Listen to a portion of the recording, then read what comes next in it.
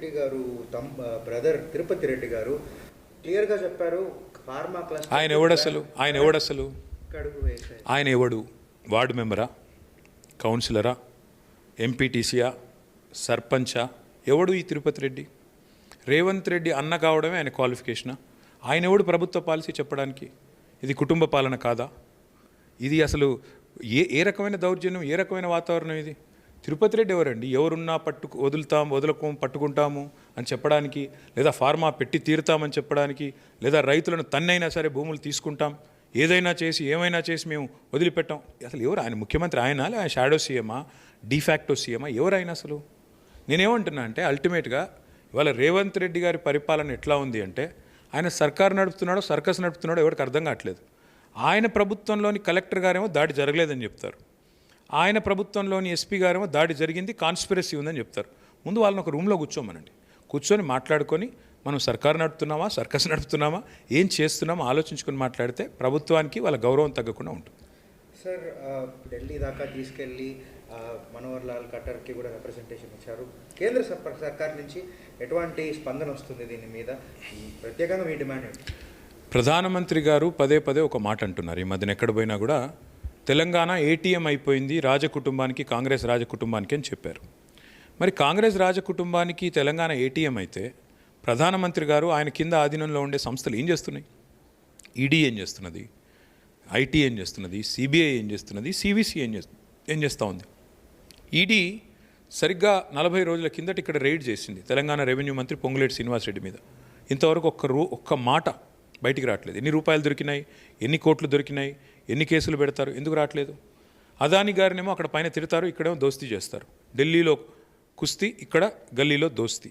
అదే మాదిరిగా మాకు అర్థం కాని ఇంకొక విషయం, ఇవాళ మూసీ విషయంలో మేము కంప్లైంట్ చేస్తున్నాం, 1.5 లక్షల కోట్ల కుంభకోణానికి ఈయన పాల్పడుతున్నాడు అని. అమృత్ విషయంలో బావమరిదికి అమృతం పంచి కొడంగల్ వాసులకేమో విషం పంచుతున్నాడు అని చెప్తున్నాం.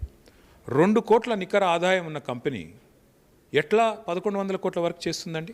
ముఖ్యమంత్రి గారి బావమరిది ఉండడం ఆయన క్వాలిఫికేషన్, సుజన్ రెడ్డికి. తిరుపతి రెడ్డికి ముఖ్యమంత్రి అన్న కావడమే క్వాలిఫికేషన్.